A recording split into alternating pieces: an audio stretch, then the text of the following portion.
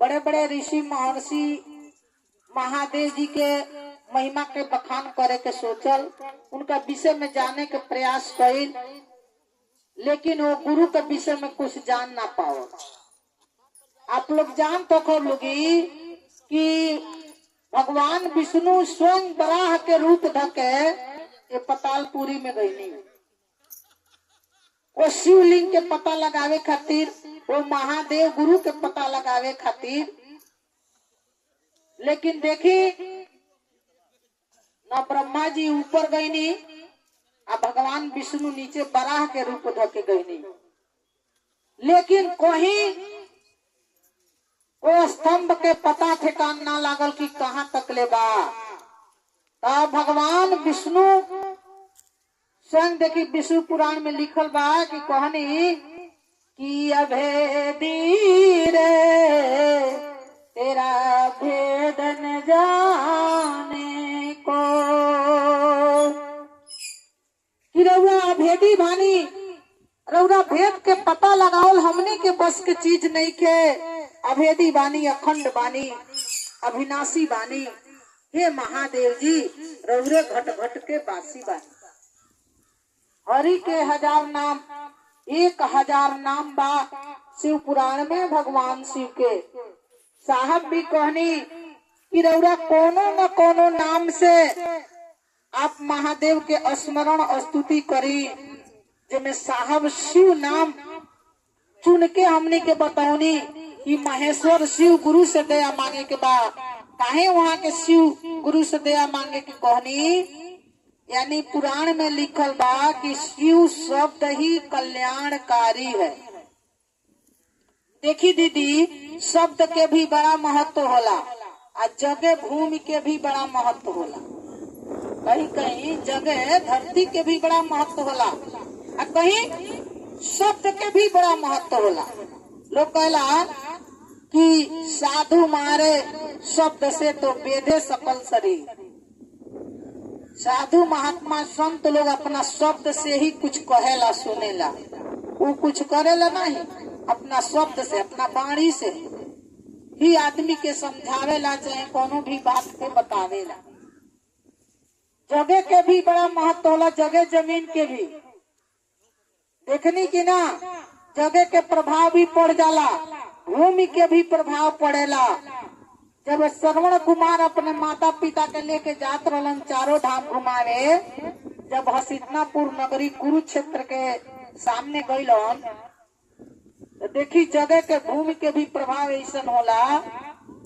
लगलन कहे अपने माता पिता के, उतर लगी ढोट ढोट कान्हा दुखा गई, भाखल बाकी चारों ओर लेके कान्हा पर घूमत रहे।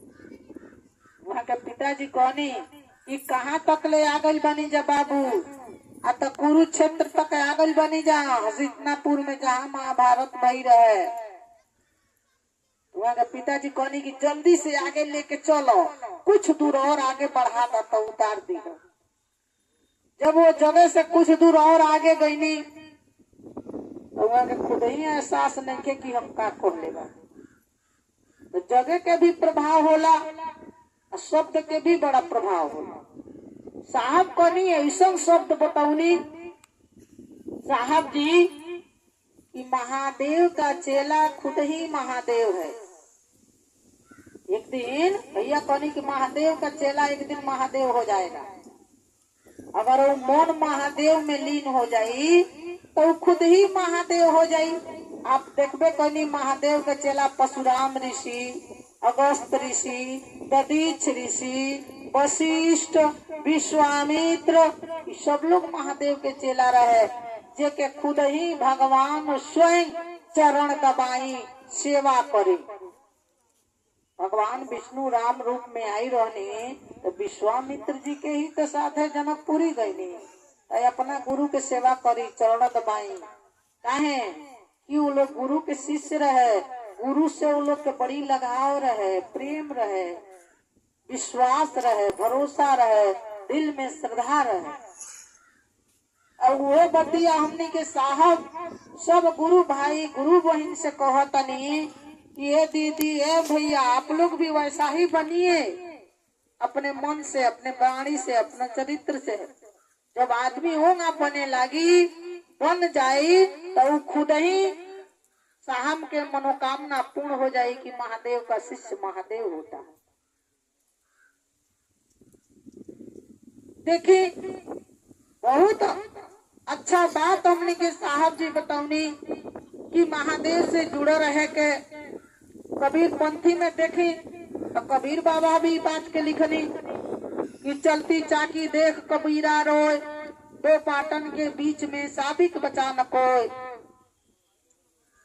चलती चाकी आप लोग अनुभव करो थो हम दीदी, चर्चा अनुभव करे वाला चीज हो। एक दिल में जब उतारल जाई, धुनल जाई, तब ये अनुभव कर जाई, तो महसूस करे वाला चीज हो दीदी। पहले जमाना में हमनी के इया के जमाना में गेहूं चक्करी में पिसाई, तो उठा के जब चक्करिया देखल जाई तो वो चकिया में एगो कील डालल रही लकड़ी के। वो किलवा के लगवा के सटलका जितना किलवा में सटल रही, ओकरे पास में जितना गौवा रही, वो कितनो चक्करिया चलल रही, पिसाई ना रही। वही से कबीर बाबा के लइका कमाल कहलो कि चलती चाकी हंसा कमाल ठठाए, जो किलन से जुड़ा रहा वो कभी नहीं पिसाए। यानी जो बात वहां के पिताजी कहनी कि चलती चाकी देख कबीरा रोए, दो पाटन के बीच में साबिक बचा न कोई। कि आवे वाला युग में एक कलयुग के चक्री चली, जिसमें सभे पिसा जाई, कोई साबिक नहीं बचेगा। वही से कबीर बाबा के लइका कमाल रहलन, कहलन कि ना, जो किलन से जुड़ा रहा वो कभी नहीं पिसाए। जे महाकाल रूपी कील से जुड़े रही, महाकाल से रिश्ता बनौले रही, तो काल के चक्री केतनो चली तो ना पिसाई। जितरे चकिया के गहुआ किलवा के लगवा सटल रहेला तो ना पिसाला, वही ना पिसाई। पुराण में भी लिखल बा कि अकाल मृत्यु मरे जो काम करे चंडाल का, काल का बिगाड़ेगा जो शिष्य हो महाकाल का। बड़ी अच्छा साहब जी शिष्यानुभूति में लिखनी। पटना के चर्चा में साहब कहत भी रहनी कि प्रीत लगा लो शिव गुरु से, जिसने दिया है चोला है, ये दुनिया वाले क्या देंगे, देने वाला तो भोला है। मांगो उसी से जो दे दे खुशी से। साहब जी बड़ा अच्छा रास्ता बता देनी। हमरे भैया सब भजन में गावे नहीं लोगी कि दुनिया में हन चल मचाई दियो रे ई हरिंदर महनवा। अरे दुनिया में हन चल मचाई दियो रे ई हरिंदर महनवा। शिव गुरु है सोचई है बाती, अरे शिव गुरु है सचई है बाती। जे शिव के गुरु मानल बनल इतिहासी, जे शिव के गुरु मानल बनल इतिहासी। अरे भूलल रहिया बताई दियो रे ई हरिंदर महनवा। शिव गुरु है बताई दियो रे ई हरिंदर जी महनवा। भैया कोनी की जो ने शिव का शिष्य बना है, उनके नाम इतिहास में बा, अमर बा। आप लोग भी महादेव का शिष्य बनिए। बड़ी अच्छा बात साहब ने कहा, सोच समझ के। साहब बहुत अच्छा बात बतौनी।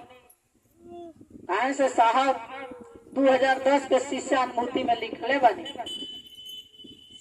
कि सुतला में रोहनी खाटी, असपना देखी ले हो राती।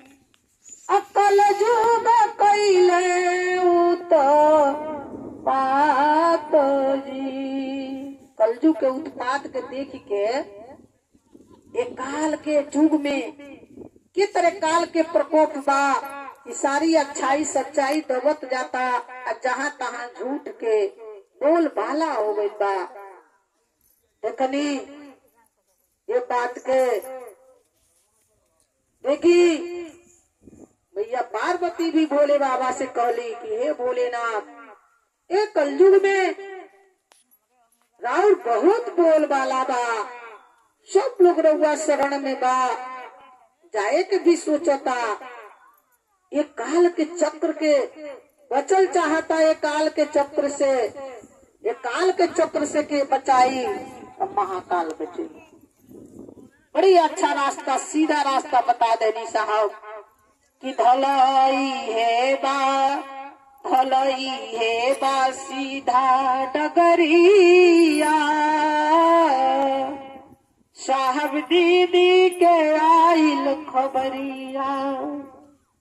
खबर में भेजवा देनी भैया, कहनी कि सुबह उठ के दया मांगो, मनवा चर्चा में लगावो, नमः शिवाय जप बत भागी बेमरिया, अधल सीधा बा इहे डगरिया।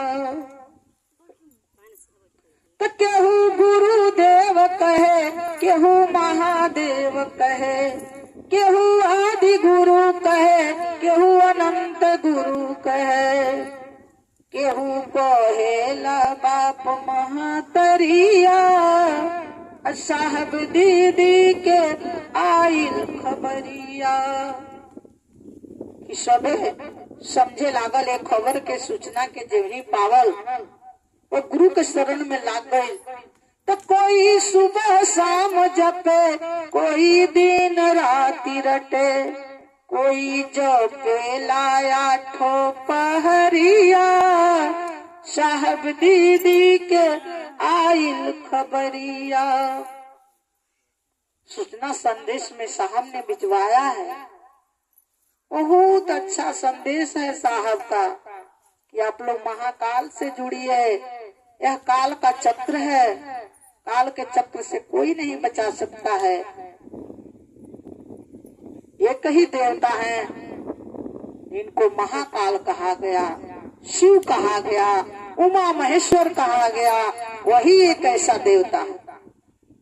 बड़ी अच्छा बात साहब जी कहनी कि कलयुग के उत्पात के देख के, रीति रिवाज के देख के भैया बड़ा अच्छा बात बतौनी, वहाँ के चिंता कैनी, वो महासंत के, वो सिद्ध पुरुष के बाती के चिंता भइल, ये संसार के चिंता भइल, ये जनमानस के चिंता भइल कि आखिर ये जनमानस के तरिया सुधार होई, के तरिया कल्याण होई, का कल जाई तो कल्याण हो जाई, सब जनमानस में आनंद ही आनंद हो जाई।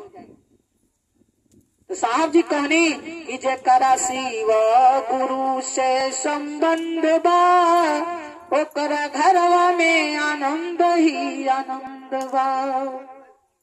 जे बनाल बाट शिव गुरु के चेलवा, ओकरा घरवा में खुशिया के मेलवा। साहब बनी कि महादेव के चेला बनिए भैया। इस सूचना संदेश साहब जो भेजवैले बानी, बड़े बड़े संत महात्मा के बात ना कर पावेला, ये शब्द के संबोधित ना कर पावेला। जौना बात के साहब श्री हरेंद्रानंद जी हम आपके बीच में रख देनी भैया कि दया बहुत बड़ी चीज है, छोट मोट बात नहीं के दया मांगल। कैसे? महेश्वर शिव गुरु से, जेके जगत गुरु कहल गए, आदि अनंत कहल गए, गोचर कहल गए, अविनाशी कहल गए, घट घट के बासी कहल गए, जकर कोनो आदि नहीं खे, जकर कोनो अनंत नहीं खे। पुराण में कहल जाला कि सब धरती कागज करूं लेकिन सब वनराज, सात समुंदर मस करूं तो गुरुकुल लिखा न जा। गुरु अंत गुरु कथा अनंता, कि महादेव के महिमा के बखान हमनी के बस के चीज नहीं है कि हे महादेव जी रउआ महिमा के बखान हमनी के ना को पाइब सब। बस अर्जी नहीं हो रहा, इतने बाकी रउआ शरण में लागल रही के, रउआ से लपटाइल रही के, और जौन भी सौभाग्य हमनी के बा कि रउरा कार्य में हमनी के चलत रही सन, रउआ सेवा में रही सन, हमेशा मन रउआ शरण में लागल रहे। हमेशा ही कहत रहे कि मन करे जपते रही शिवा गुरु जी के नाम,